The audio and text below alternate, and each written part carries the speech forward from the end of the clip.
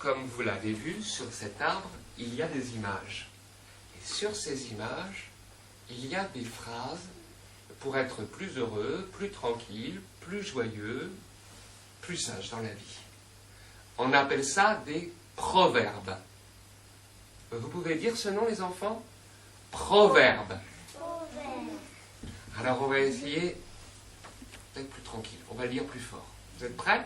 1, 2, 3. Proverbe! Ah, mieux! Très bien.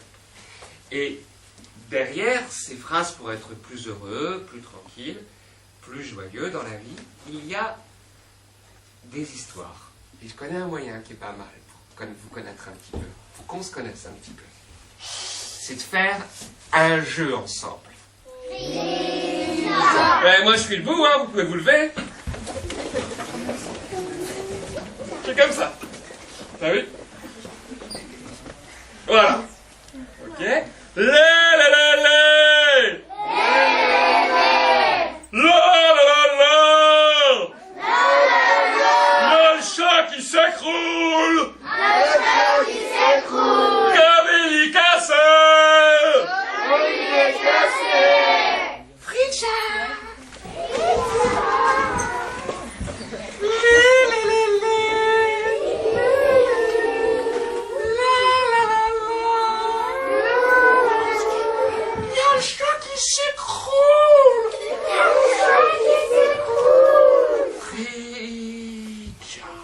Petit à petit, l'oiseau fait son nid.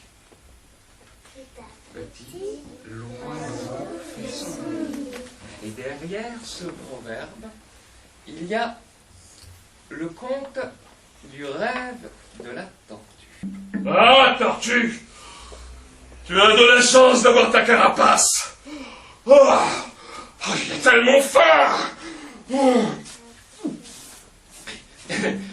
Lion, roi de la brousse, appelle tous les animaux. J'ai quelque chose de très important à leur dire. Alors, le lion a poussé un rugissement terrible. Miaou. C'est un rugissement terrible, ça? Non. On va le faire ensemble. Et on va d'abord commencer par un rugissement de petit lion, de lionceau. Alors, c'est petit au début. Vous êtes prêts? Il ne reste déjà plus que la tortue et la hyène pour aller voir la grand-mère Niama. Oui, la hyène, l'animal le plus bête, le plus méchant de la brousse.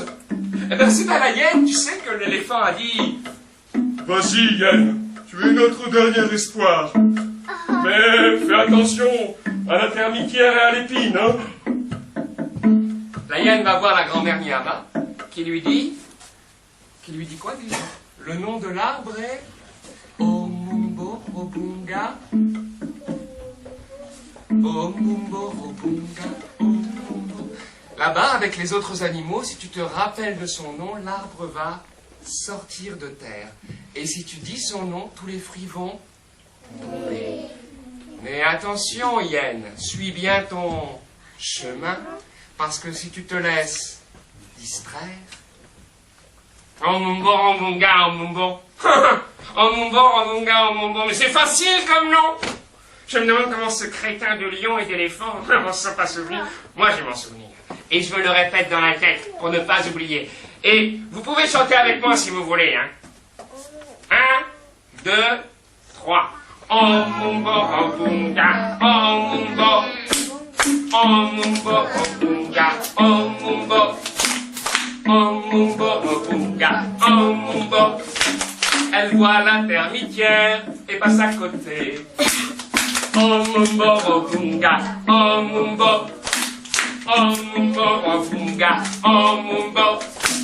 La hyène voit l'épine et passe à côté. Omumbo, wesh!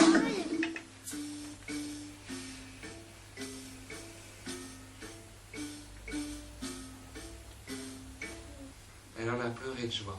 Elle était émue par l'esprit de beauté. Et elle a dit, parce que j'aimerais que ces fleurs restent toujours dans le ciel, parce que je voudrais qu'elles dansent toujours comme ça. l'esprit de beauté a entendu sa prière. Et il a transformé les fleurs en papillons. Et les papillons se sont multipliés à partir du bouquet de fleurs. Et c'est depuis ce jour que tous ces papillons volent dans le ciel. Mais vous savez, la vie est bizarre. Parce qu'au même moment, au moment où l'esprit de beauté a inventé les papillons pour la petite fille, un guerrier ennemi est entré dans le champ.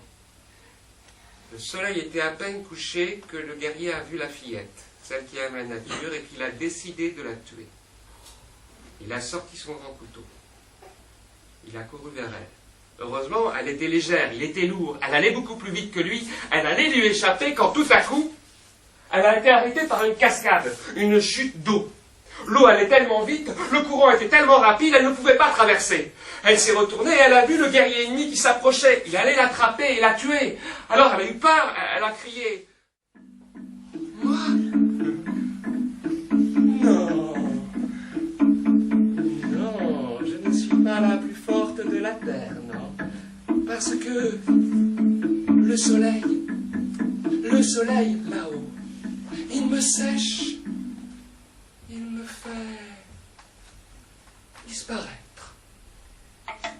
Le soleil sèche, fait disparaître l'eau, éteint le feu. Le feu brûle le lion mange l'œuf. Le chasseur casse la patte du petit. Rien n'est plus fort. Il est parti à la chasse. C'était très très dangereux. Il ne fallait pas le suivre. Mais si à la suite, elle a dit: oh, moi je viens avec toi, je fais ce que je veux, et moi je viens avec toi. Son grand frère a crié: il ne faut pas me suivre. Son père, sa mère ont dit: il ne faut pas le suivre. Mais Syrah, elle a suivi. Elle est vraiment têtue. Voilà, on va faire un petit jeu. On va faire une petite musique ensemble.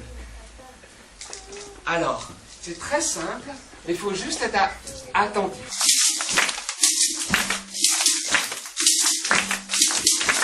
Pas mal! Bien! Dernière histoire. Et cette dernière histoire, c'est celle-là.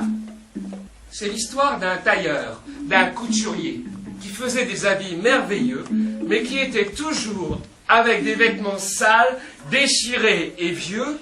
Et c'est pour ça que les gens se disaient: ça ne doit pas être un bon tailleur. Hein. Alors, t'as vu comme il est habillé? Moi, je vais pas chez lui. Hein. Alors, il s'est dit: non, les gens ne vont jamais chez moi parce que je suis toujours mal habillé. Je vais me faire un boubou, un manteau très joli, et les gens verront que je suis un bon tailleur. Alors, il part au marché, il achète des tissus de toutes les couleurs de la terre, il rentre chez lui, et il coud, on le fait ensemble. Et il coud, et il coud, et il coud, et il fait un bout avec toutes les couleurs de la terre.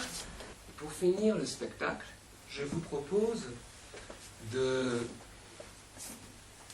vous apprendre la chanson de l'arbre pour le remercier. Est-ce que vous êtes d'accord? Alors, cette chanson, je vais la chanter une première fois, puis après, vous la chanterez avec moi, d'accord?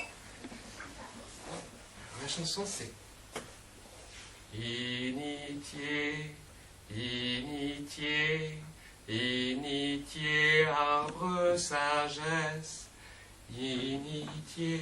On le fait ensemble? Initié,